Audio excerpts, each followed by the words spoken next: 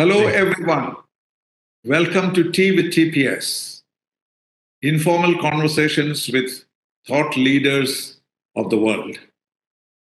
Today, we are privileged to have a distinguished guest, Shri Sathya Moorthy, one of our ablest veteran journalists, a leading expert on Sri Lanka and Maldives, and also a prolific writer on matters relating to India and abroad.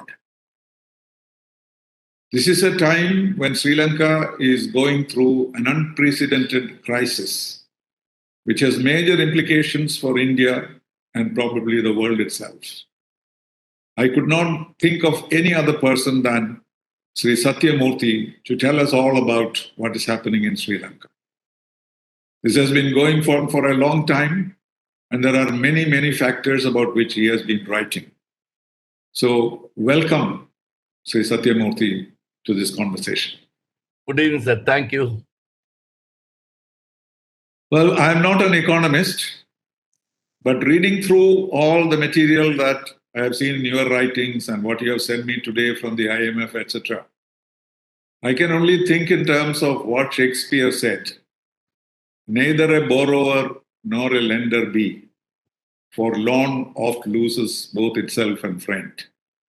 That may be the best advice we can give to every country, any country in the world, particularly to Sri Lanka.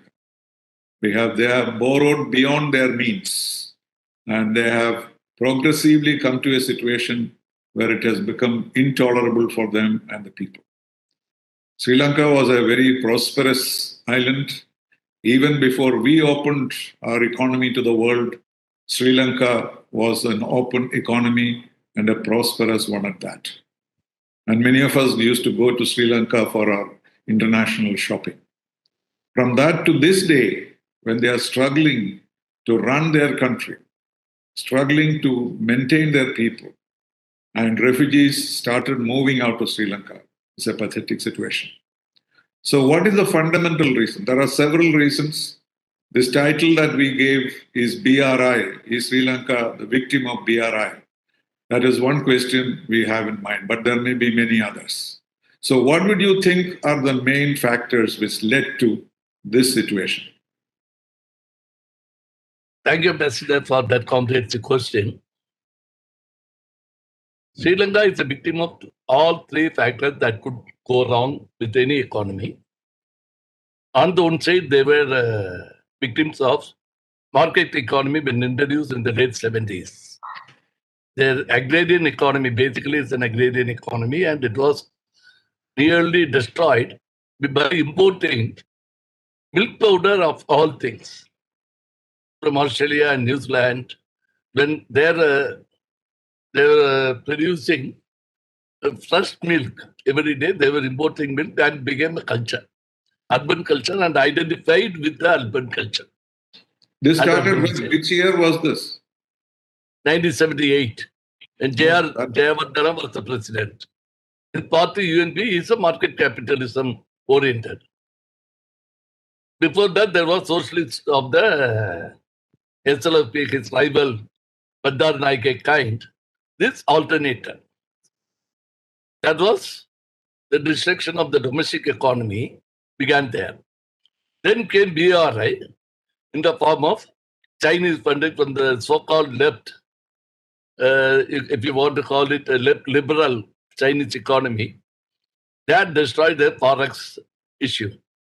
But this was known then that this would be a debt trap, isn't it? Many countries already predicted that the BRI would amount to a debt trap for many countries. That was predicted. And how come Sri Lanka did not take note of it? Well, Sri Lanka was among the first to fall into that debt trap in this part of the world. And they did not take it because there are a few factors. One, in this social media generation, which began even 20 years back, there was this aspirational generation, and Sri Lankan successive rulers in Sri Lanka have been anticipating trouble if they do not address the demands and the expectations of this aspirational generation. So they went on borrowing to give new roads, all those things. So if you look at the BRA investments in Sri Lanka, it was basically infrastructure oriented. And the negative part, infrastructure is fine as long as you can boost the economy to repay the debt. That did not happen. One. Two, unlike, say, for instance, China, India is going in a big way now. When China, wherever China went, China took even its labor. See, every country takes about 40-50% of the material. The rest of it, they support the local economy by The purchasing. Chinese send their people, as they happened in Tanzania, it happened in Kenya and many places. Precisely. So, for the past nearly 10-20 years, the local labor market was dried up. And as circumstances would have it during pandemic, whatever Sri Lankan, say, substantial number of Sri Lankans were working overseas and they were sending internal remittances, they came back, that remittances dried up, and they are also sitting at home unemployed. Right? And even before BRI, even before these developments, there was also the civil war situation. How has that affected the economy? This, the civil war, the LTT war, affect the economy definitely, particularly after the LTT bombed the Katanayake airport and created a panic in the investors and the economic community. But that was only up to a point. Basically, the problem is, it is not only true of Sri Lanka, but also other India's neighbors. None of them is a manufacturing economy in a big way, as big a way as their economies demand. Say, maybe you can say Bangladesh has got a textile, jute, etc., etc. But that is not enough to address the demands of the economy and the new population, new generation population. So they go on to by borrowing to spend, and that destroyed Sri Lanka's economy. No, And but this the borrowing from external sources started many years ago. Yes. And this was building up. And the percentage of the GDP that they had to pay just for servicing the debt was growing even before the pandemic, wasn't it? Yes, precisely. This is what my point is also.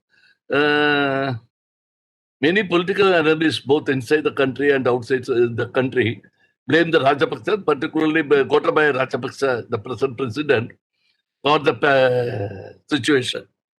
For him, it is a legacy issue. He inherited that mess, which was also partly contributed by his brother Mahinda Rajapaksa, now Prime Minister, when he was president for 10 long years. That was when the BRA investments came into Sri Lanka. That actually boosted the GDP during the second half of the war years, in his second term. But that had a reverse impact, which the nation is feeling now. And aggravated by the pandemic. And the pandemic, the basic point. reason was the stopping of the flow of tourists. That was supposed to be the major income for them. And that completely shut down. Wasn't that a reason? Yes. Tourism, inward remittances by Sri Lankans working abroad, and export of garments and tea. All four were totally shut down during the pandemic. Tourism got affected even before it, as early as April, May 2019, after the Eastern blast occurred, where about 40-45 foreigners were also killed. That pushed a panic situation, and tourism stopped overnight. Just as it was picking up, the pandemic came. And the bombing, this Easter Sunday bomb terrorist attack, that also came just before the pandemic, did it? Yes, 1 year before the pandemic, 1.5 years before the pandemic. That happened on April 21, 2019. But that robbed the nation of the tourist income even before pandemic struck. And the government of the day was making a lot of effort to bring back tourists, and it was starting to show results when pandemic struck. It was a complete lockdown across the world. There was no question of tourism and forex. And the GDP is supposed to have contracted by about 36%, according to IMF. Yes, today the borrowings is 116% of the GDP. So those figures do not matter anymore to Sri Lanka for some more time until they are able to put the house in order and before going back to look at these figures and try to do something about them. But that is a little far away for now. But the deficit has always been there and it kept on increasing. And it became about 10% of the GDP at one point, before, even just after the pandemic. What do you think? Definitely. Because one thing we have to remember, even before this government came to power, that is Gota Rajapaksa came to power in 2019, 2019, they had a problem with the revenues and forex and etc. With the previous government itself had begun approaching the IMF. So it is a legacy issue this man inherited. And he also added to the mess, to be fair to his critics. He slashed the duties and taxes, possibly with the eye on the parliamentary elections in 2020. And Right. during the pandemic, the entire revenue collections contested. And that became a bigger issue. Then came other similar such other issues, like it's announcing organic farming without providing for organic fertilizer availability in the big way. Yes. And when Can you explain imported that? them from Sri Moorthy, can you explain that organic thing? Because it doesn't sound very credible that such a thing would have created so much devastation. Everybody is moving into organic these days. Yes, but you have to move it with a lot of preparations. The And president here they announced were organic importing farming. all the organic stuff from China and then they discouraged all fertilizers. Precisely. See, you can import organic fertilizer from anywhere. But first, you have to prepare the nation, prepare the farming community that this is what it means, this is how we are going to do it. And none of these things were done. One day it was announced, then suddenly the pandemic came, there was a contraction in the economy. Then came the Chinese shipload of Chinese organic fertilizer. That was expected to be cleared by the local agro-scientists, government agro-scientists. They said it was of poor quality for local use. That created panic among the farmers. That was one thing. Even if that was not reported, I don't think the present generation of farmers in any of the South Asian countries know how to handle organic farming without pre-education.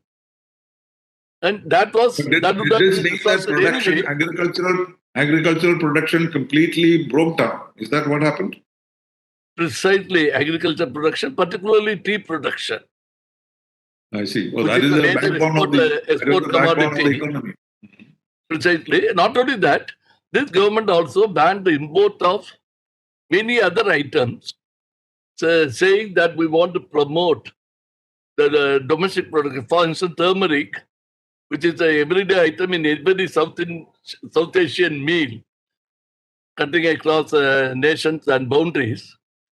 That used to go from Tamil Nadu, India, and that import was also banned overnight.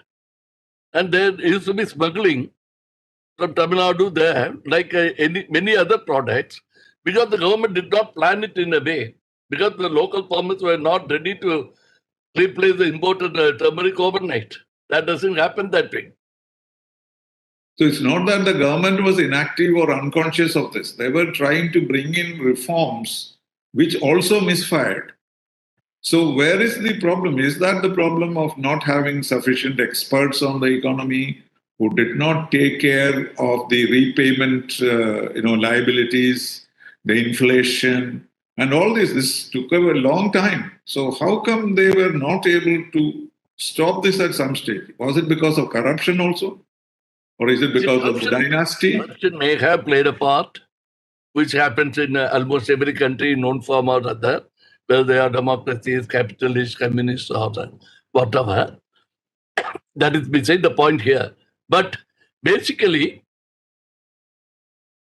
the political master took decisions, and the economists of the government who should have guided them and who should have put their foot down, they did not seem to have done it throughout the career of the Sri Lankan government over the past 30, 40 years, independent of who was the president and which party was in power. So, as I said, it's a legacy issue, and the nation had got comfortable living beyond the means.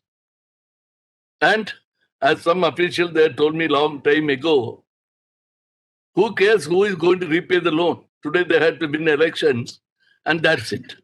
The successors That will seems pay. to have been the attitude with every government there. Yes. But unfortunately, in this case, if Mahinda had done it or his predecessors had done it, one of them, Gota, is back in power.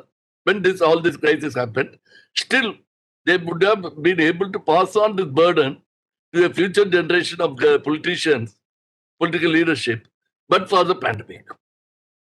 So this is a lesson for every government in the world. You cannot survive by taking money as loans from abroad and then transfer it to another generation. If you do that, your own generation might collapse. That's what happened in Sri Lanka. That's what has happened. Precisely. Every government in every country has to learn a lesson from this. You can't live beyond your means. Even if you are going to borrow, there has to be a limitation and limit, and with some idea as to how you can repay it. If you go back in time a few years back, when Sri Lanka borrowed money from China for the Hambantota project as part of the BRA or whatever, there were concerns within Sri Lanka and outside. How are they going to repay? Because there was going by expert advice from across the world, Hambantota port won't make money the way it should be to repay the loan, and it may not at all recover the cost in the foreseeable future. Still, they went about buying it, taking the loans. But as we saw, within 5 years, the successor government had to hand over the territory, a part of Sri Lankan territory and sovereignty to China as part of to repay the loan on a 99-year-old lease. That kind of facility is no more available. No, but does that mean when they gave that 99% lease, did their obligation to pay back the Hambantota costs finish? Or that also remain? No. That is finished. So no more money to be paid on account of Hambantota because they have given Hambantota itself. Precisely. They may get some share, but that is it. But isn't there another port being built in Colombo itself by the Chinese? No, that's there are a few other development projects. That is, one is Colombo Port City. That is a financial city. It is that kind of thing that is being built. That is for financial and monetary affairs. They like banking, etc. See, they wanted to develop Sri Lanka as a hub for various specifics, including banking, international banking, etc. Like Singapore and Dubai have developed. Their calculation at one time was those two cities would outgrow themselves and necessarily they will have to move out. And Sri Lanka should provide the facility. That is how they started it. But possibly because of the pandemic, all this crisis, it is going to be delayed, if not given up for good. Then there is the Colombo port terminal projects. One terminal is being done by already with China. The other Eastern Container Terminal that was to come to India under a trilateral agreement with Japan was withdrawn by Sri Lanka with this government. But they have handed over the Western Container Terminal to India's Adani Group with partners with the Sri Lankan Port Authority and a local private entrepreneur. And that is under criticism. They are saying that Adani was brought from the back door through India. Is that true? There is a criticism like that?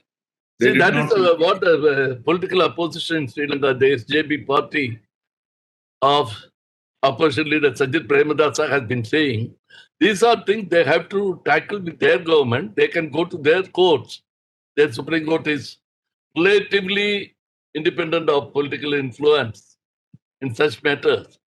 That is, they have to make a case out there and not make sweeping statement that challenges the credibility of not only foreign investors at this time of crisis, but also the government of India. And in fact, they have said negative things about the Adani's so-called relationship with the Prime Minister of India.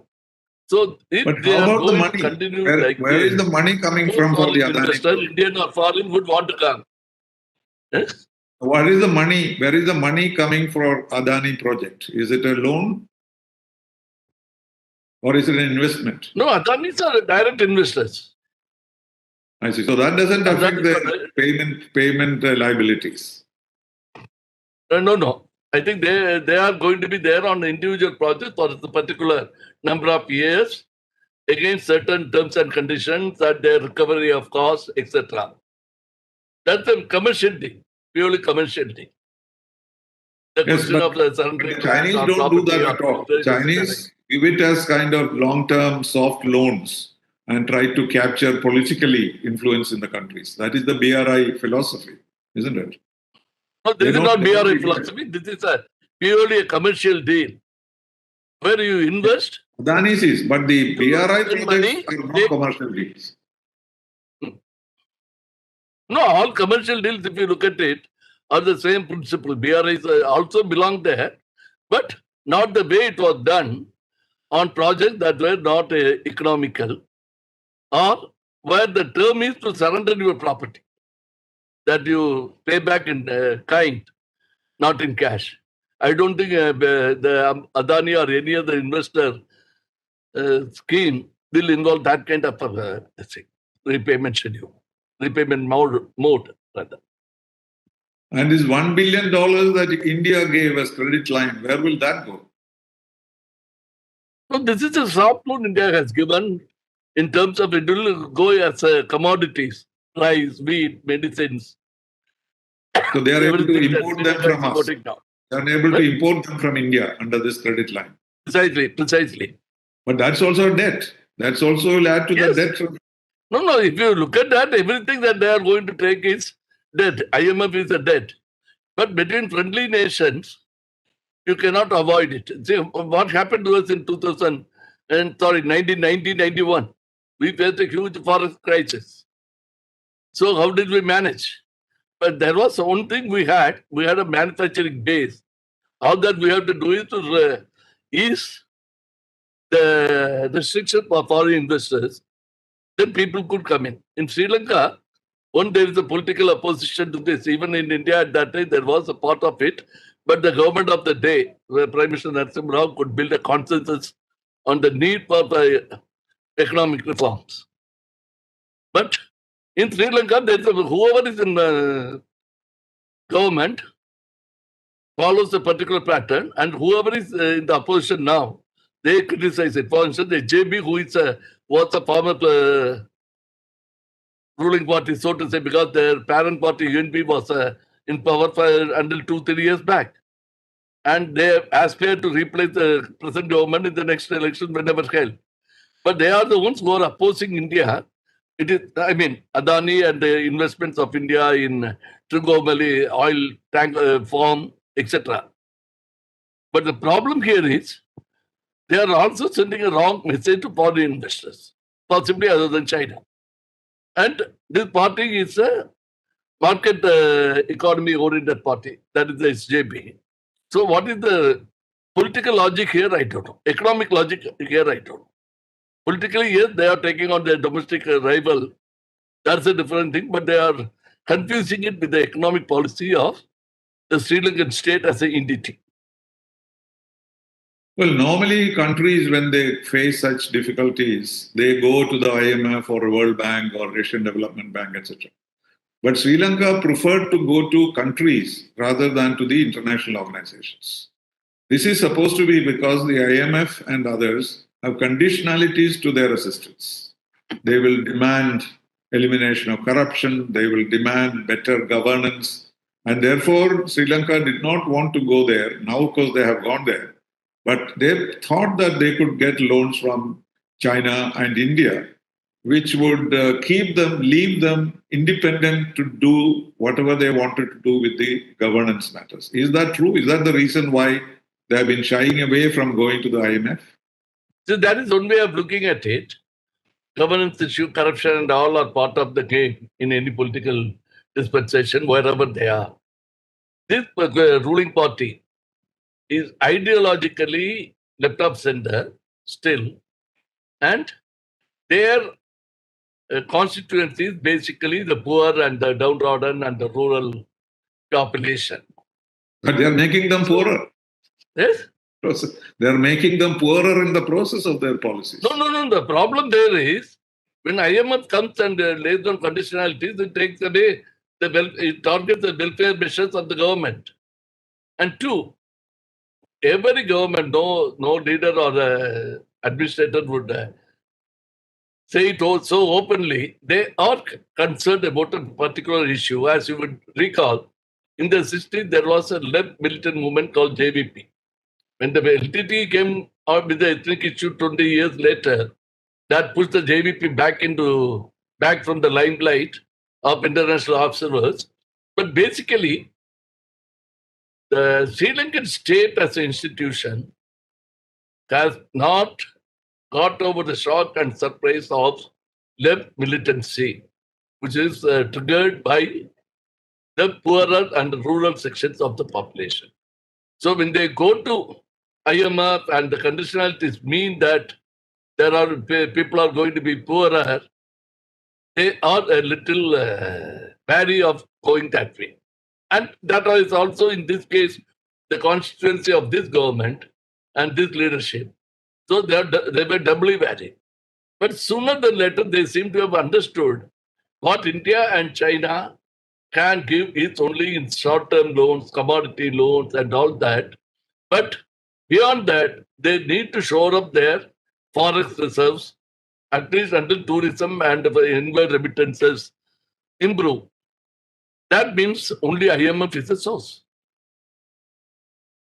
Yeah, but then how will they meet the situation? Because IMF's projection, according to the report that came out yesterday, is that till 2026, from 22 to 26, the repayment responsibility will be as much as 64% of the GDP. Yes. So it is not going to be easy. I don't think anyone is given serious thought to it for the simple reason they are living from hand to mouth today. So only when IMF money comes in, someone can sit back, relax, and think in terms of repayment. Right. I don't think it is going to be that easy until the situation improves on the tourism, export-import, etc., and inward remittances. I don't think they can afford to think even in terms of repaying $1. No, but in the case of China, there is no such exemptions. They will insist on that payment, even in the current situation. So I don't know this time. There is some kind of restructuring. When a friendly country is in trouble, you are supposed to do some kind of restructuring of debts. No. That is what they have been advised. They have been talking about, demanding, requesting for restructuring of the loan. Ultimately, nations have to accept if you have to get back your money in some form someday, it has to be the form of restructuring of the loan.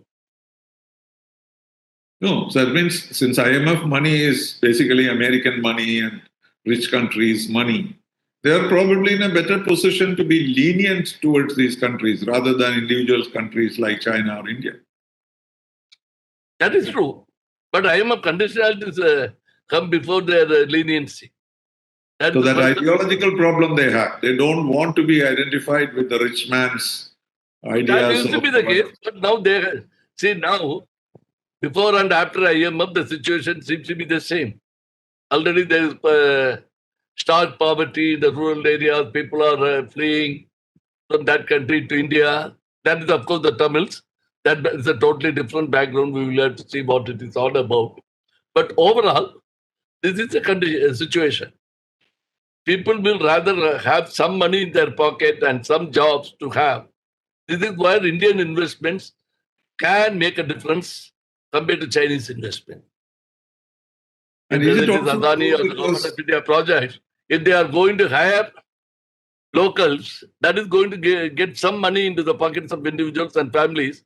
They have been deprived of it for nearly 15 years now. That's a long time. right? No, but when these loans are taken, if the investment or utilization is done in infrastructure projects which do not create profit, create income, is that one of the reasons why these loans have caused so much problem for Sri Lanka? I'm just thinking in terms of the example of Kerala, you must be aware of. Kerala has institutionalized borrowing for money for infrastructure.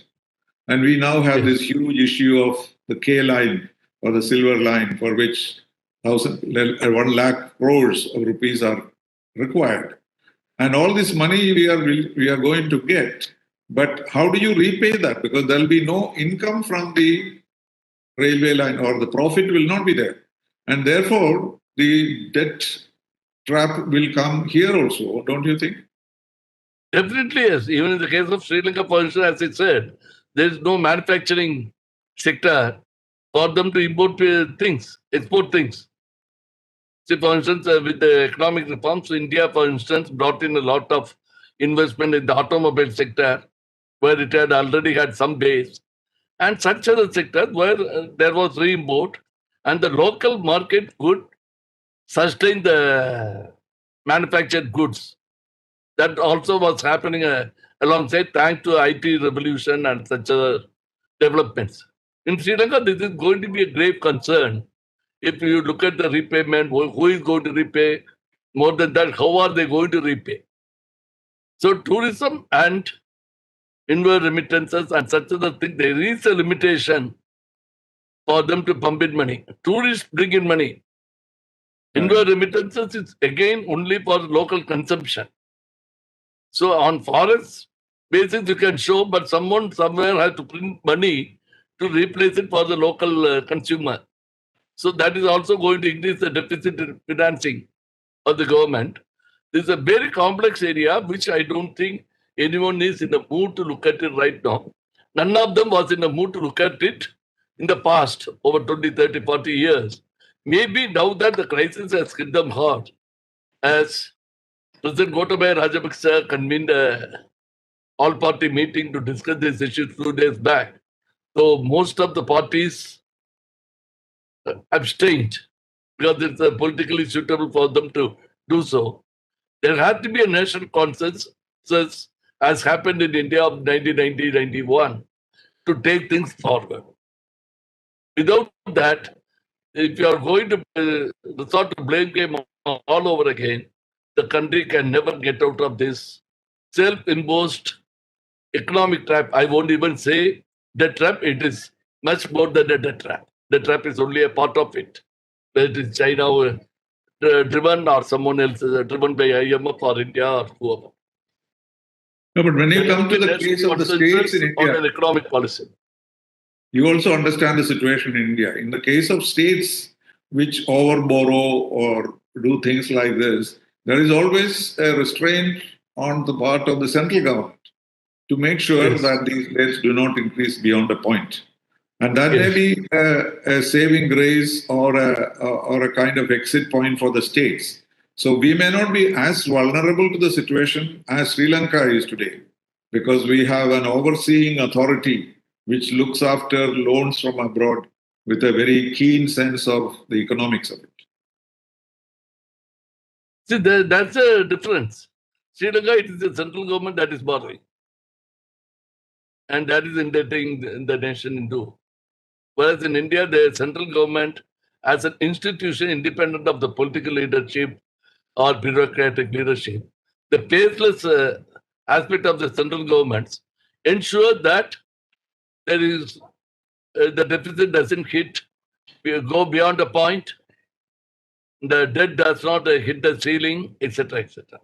That kind of self-discipline or a constitutional mandate is not being followed with the same seriousness in other countries, particularly Sri Lanka. But the fundamental lesson then is that investment in infrastructure with borrowed money to make the people feel happy for the moment may harm them in the long run. That is the lesson I think we have to learn from the Sri Lanka experience. Precisely. Yes. You cannot live on other people's, you can't live your dreams with borrowed money. Right. And when the IMF comes, hopefully when it comes, they will give them money, and then they will have to make changes in the system which may affect these individuals themselves. Their corruption may be brought out. So a certain amount of cleaning up operation will take place. And that will have a political implication. Is the opposition getting ready for that battle? See, there are two things. One, I don't expect the IMF cleaning up operation to rid any government of corruption completely. History doesn't show that. There will be some cosmetic changes initially. The Sri Lanka as a nation and individuals may be prepared to accept it given the current condition. But on political terms, there are two things. One, the successor government, if it is not a Rajapaksa government or if it is not that of their party, SLPP, can always blame. See, I am not to blame. My predecessor trapped me into this. Just as everyone is talking about Chinese the trap, IMF trap will become a political slogan. But they also have to come up with an economic model that can sustain the nation and sustain their credibility and popularity. That's not going to be easy. As of now, the presidential elections are not due in before 2024. What India has done, or what China may be doing, or what IMF may be doing, may bring some relief to the Sri Lankan population. They are not going to easily forget the present rulers as much as they have forgotten the previous rulers when the elections come. But there is every possibility that if the political opposition is not able to come up with a credible action plan that is different from what the present government may come up with after the IMF regime comes to play, they may be in deeper trouble than they think the Rajapaksas are in electoral terms. But is there a powerful opposition? A known devil is better than the unknown angel. Is there a figure, an opposition figure who can command respect and also take on these responsibilities? Is there someone like that? See, Sajid Premadasa is the leader of the political opposition. Yes. He has already declared that he will be the presidential candidate. Maybe his party will nominate him and his alliance partners will accept it. But the elections are too far away for us to jump to a conclusion because the Constitution provides for 50% vote share in the first round. Or there is a scheme for that.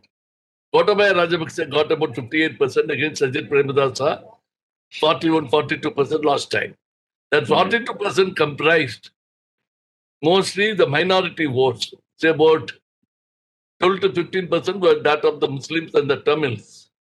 And today the president is talking to the Tamil National Alliance to drive for a political resolution. This does not mean that is going to bring them all the Tamil votes that has been denied to the Rajapaksas over the last 15 years of elections. But it can still soften the situation for the Tamil community.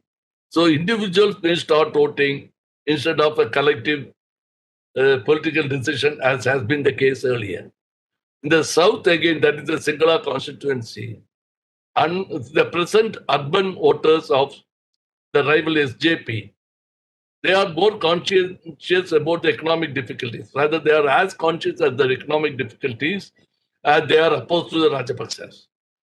But for that constituency, the SJP has to come up with a credible economic action plan. One of their leading economist parliamentarians, Harsha De Silva, has said that we are working on a blueprint. I don't know why, if the blueprint is going to be on, Why can't they share with this government? Because why should they wait for another 2-3 years to undo what harm they think this present government is doing and try to revisit it and reverse it? That may not happen that way. There are only certain limited.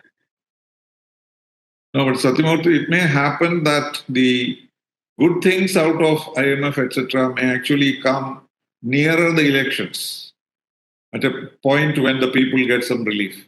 And therefore, regardless of the payment schedules and responsibilities, people may feel happy with the Rajapakshes, 3 of them, and may even vote for them. That can also happen. That is precisely what I'm saying. See, India is supplying commodities. Yes, they have stopped. They have stood in long queues for oil, milk powder, bun, bread, everything. Whatever is available, as they used to say about the old East Europe, they have gone through all this in the last 6 to 8 months. So whatever relief they get from India or China or IMF, they would say these people are managed. So it may come to their benefit. They may benefit from it. At the end of the day, elections are 2.5 years away. Unless the government, the opposition is able to topple the prime minister in parliament, then again they may form a government, but they have to share the responsibility. And the constitution provides for the president to be the head of state, head of government, and head of the cabinet. So there may be cohabitation issues. I'm looking at the extreme possibilities, but no elections, right? So that can only make the alternate prime minister from the opposition as unpopular as they want the present government to be. So elections are as open as you suggest, than being a closed chapter as of today. Right. Is there any discrimination against Tamils, particularly in this context? Because some refugees who have arrived in India are all Tamils. So does it mean that this situation has affected the Tamils in a discriminatory manner, that the Sinhalese have better benefits or what? Or is it only because Tamils are attracted to go to India, they are coming to India? Is there a discrimination in the treatment of the two communities? See, we have to really look at why these refugees came, how they paid for the boat trip. It doesn't come cheap. And they say they didn't have money and they have still gone to pay for the boats. No one said they had a free ride. That is one thing. But unfortunately, throughout this crisis, very few Tamil politicians or parties have talked about the economic crisis, either at the individual level or the ethnic level or at the national level. To be fair to him, the opposition, TNA, Tamil National Alliance parliamentarian, M.A. Sumandran was the only opposition leader from whichever community who got together all the opposition leaders, including some of the government parties, for 2 meetings, and they came up with a short note for the president to act upon. Others were all talking there. This man at least tried to, though he is not a great economist by any such of imagination, he tried to put together an action plan which they should have followed up because SJP, for instance, has got economists, UNB has got economists, Tamil may have economists, but they haven't come out so very openly. They should have come up with an alternate action plan. That is not happening. Or they should have attended the all-party conference which Gotabaya Rajapaksa convened belatedly. He should have done it at least 6-8 months earlier. But when all was lost, he called this meeting. And then, at least that happened earlier this week, they should have shared their not only concerns but also their suggestions. That has not happened. But the political settlement... Unfortunately, going back to your basic question, Tamil political leaders are still talking only about political solution and 13th Amendment. Bias are not based on economic benefits. Right? That's unfortunate. Right, but in any case, as far as this political settlement is concerned, it's not in the near future. Sri Lankans have given that up. They say we are all the same Sri Lankans and no minorities, that kind of approach. Is it making any headway? No, that President Gota also used to say until recently. Yesterday, for the first time after coming to power, he has met with the TNA parliamentarians, at least a group of them, saying that I am ready to look at some of the specific concerns of yours regarding land grab by the state institutions in Tamil areas, the disappearances, disappeared Tamils during the war and before and after, and political prisoners. There are about 100 or 200 Tamil political prisoners languishing for years now, and all the specifics. As for the political solution, he has said that we will wait for a constitutional. They are planning to frame a new constitution, which was a part of his electoral agenda in 2019. A committee was set up. It heard opinions from everyone, including the TNA, and they have.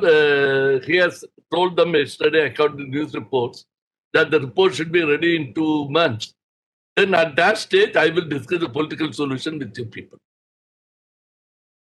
Right. And in any case, the situation has deteriorated to such an extent. And we know that there is a certain amount of rivalry between China and India in helping Sri Lanka. This situation, have the Chinese done anything special for Sri Lanka to retain their primary position in Sri Lanka, or is India competing with it to be more helpful? What is your reading? Personally, I would think that through the past months, what India has done has brought Sri Lanka to equidistance between China and India. Earlier, there was a strong perception in India, for right reasons and wrong, that Sri Lanka has moved far away from India and into the China camp, as if it was a client state of China. But that has been wiped out now. 1. 2, through this period, beginning with 2020, there has been a quiet improvement on the geostrategic cooperation between India and Sri Lanka. Along with Maldives, the 3 nations created the Colombo Conclave, where the NSS met in November 2020 and upgraded their maritime security arrangement into a maritime and security agreement, implying that it is bigger and faster than the previous one. They have now included taken Mauritius on board at the Maldives Conclave a few weeks back, and Bangladesh and Seychelles have also signed up as observers. So, what India needed as guarantees on the security front slowly seem to be happening. If you recall, Ambassador, India did not seem to have any problem with Sri Lanka going to China for developmental funding. When they went, even 10 years back, India did not have that kind of cushion to support neighbors at will. Today, India is in a better position. So, India is also putting money. And there is a difference. And the Chinese ambassador earlier this week announced another $2.5 billion of aid to Sri Lanka, which is in a way good. But all the Chinese assistance in the past few months after the crisis hit is in terms of cash or such other facility, not investments. Whereas Indian investment is going there. Indian investment means also jobs and incomes. India is also providing cash cushion, commodity and fuel credit and all that. So there is a change in the characterization of the debt Sri Lanka is going to incur or incurring now between China and India. How they travel the coming months and years will decide where they are heading. Well, so that's a good news about this whole situation. That is, we have become more or less, or Sri Lanka has become equidistant between China and India rather than sold to China as it was earlier. And is that in that context that Mr. Jaishankar is visiting Colombo? I think so. See, it is a process. The good thing about the entire last 2 years of pandemic, etc., India's interaction with neighbors has increased by leaps and bounds for a variety of reasons. That The includes vaccine, the Sri Lanka vaccine involved in the diplomacy. Indian The Ocean. vaccine diplomacy. It started with the vaccine vaccine diplomacy. diplomacy, but it has not ended there. Right? Even now, Sri Lankans will know that India supplied vaccine to its neighbors even before meeting the needs of the local population. One. Right. Today, not that India is in a position, particularly after the Ukraine war, the fuel prices, the fuel market, fuel imports are all in a jeopardy across the world. At the same time, taking that risk, bearing the risk itself, India is supplying fuel to Sri Lanka. This, I think, average Sri Lankans will understand and react accordingly. So they will not be critical of India buying oil from Russia at this point. They will also benefit. And they are not concerned about who buys oil from whom. It's not their battle. They are fighting for their lives and livelihoods. But the fuel prices. Sri Lanka is a friend of Russia. They are not opposed to Russia. Like But India, the they are fuel playing price- their balancing game. But the fuel price increase in Sri Lanka is also due to the Ukraine crisis, do you think? No. The crisis, fuel crisis, was part of the forex crisis that happened, that began months ago. Maybe But now the prices have gone up. If you have to buy more from any source, you buy oil now, the price will be higher. That, of course, the implication. That is true. But Sri Lanka, imagine a situation, even if we had a forex reserves, it would have to pay a higher price. Today, they don't have fuel, leave alone forex. So if someone is going to pay you at the market price or whatever it is they agree upon, the two governments agree upon, we wouldn't know clearly. They should be happy for the availability of fuel and whoever is making it available. India didn't say, no, we are facing a crisis, we don't know the market conditions and stop from supplying. See, India's neighborhood policy is really coming into full play in Sri Lanka than in any other country just now. And it is making an impact. That should make an impact. How we also move forward, how we take it forward, all matters. But of course, as you rightly pointed out earlier, there is a section in Sri Lanka also that is not exactly favorably disposed to these India deals.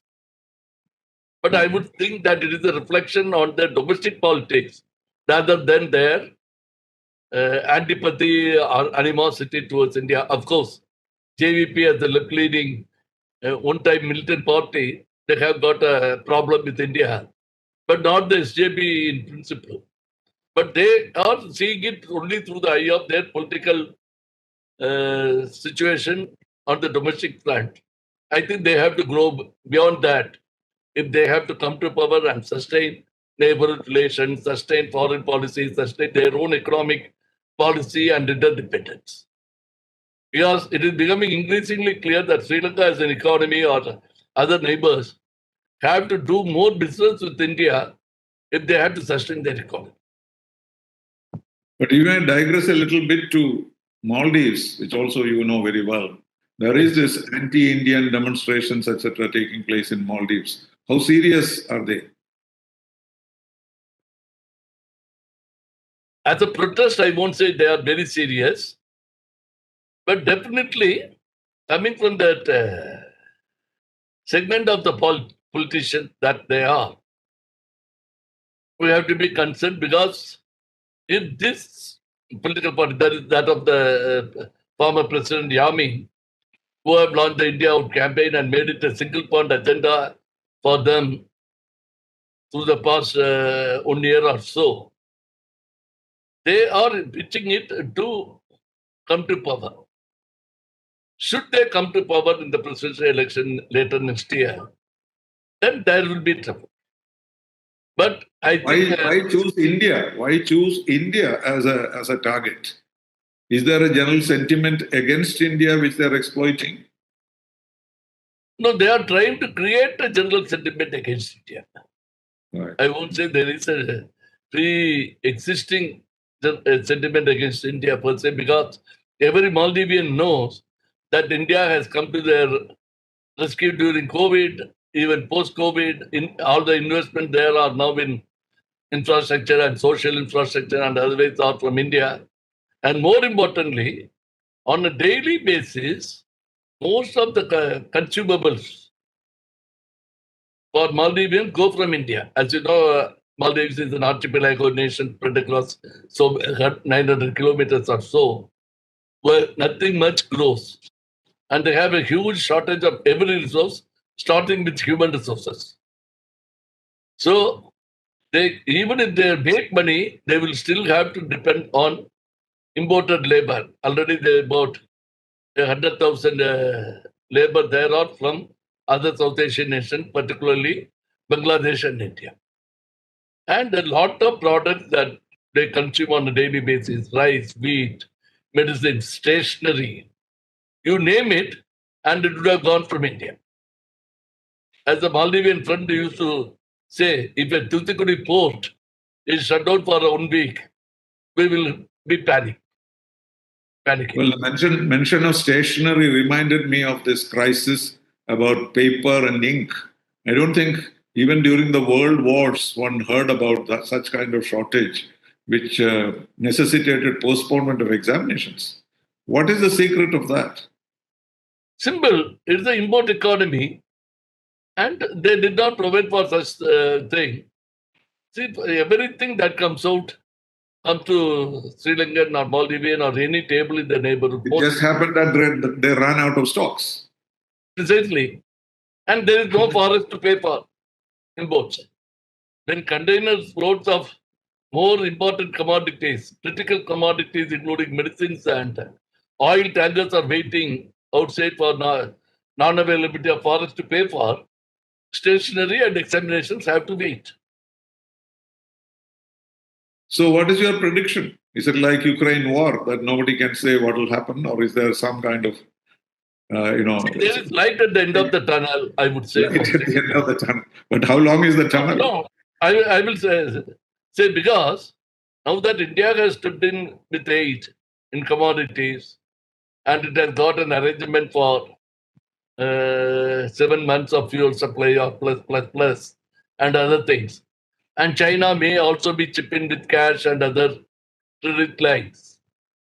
There is immediate relief for Sri Lanka for the next 6 months. How they manage it and how they visualize and plan for the coming months and years, that is where the beginning came. But immediately you don't expect they can hope to get the IMF credit line. So how they manage the economy from now on, how harsh are they on their population and themselves, will dictate how much of tight belting they are ready to undergo, will determine the course of the recovery of the economy. The economy may not recover tomorrow or day after tomorrow. But as I mentioned earlier, the population can breathe a sigh of relief that tomorrow I may not have to go and stand in the queue. Maybe day after tomorrow, 2 days later, 5 days later, he is not so sure. How the government... How about the possibility of flow of refugees to India? Is that a possibility? I don't think so. Because today the government is supposed to take a decision whether these people should be treated as refugees or simply illegals. That decision is going to be taken by the government of India today, I believe. Yes. So will that make any difference? Basically, I don't think it will be a huge inflow or influx of economic refugees from Sri Lanka as much as may be anticipated, unless someone is behind it doing these things for other reasons. That is my conclusion. You mean ethnic reasons? Maybe yes. Okay. Anyway, the good point that we note is that India is doing well in the circumstances and perhaps doing even better than China. That seems to be the only silver lining in this dark cloud which is enveloping Sri Lanka. Let's hope and pray that things will get back to normal. Thank you very much, Mr. Moorthy, for joining me today to have this very fruitful, very knowledgeable, informative discussion. Thank you very much. Thank you, Ambassador. Good evening, everyone. Bye-bye. Bye.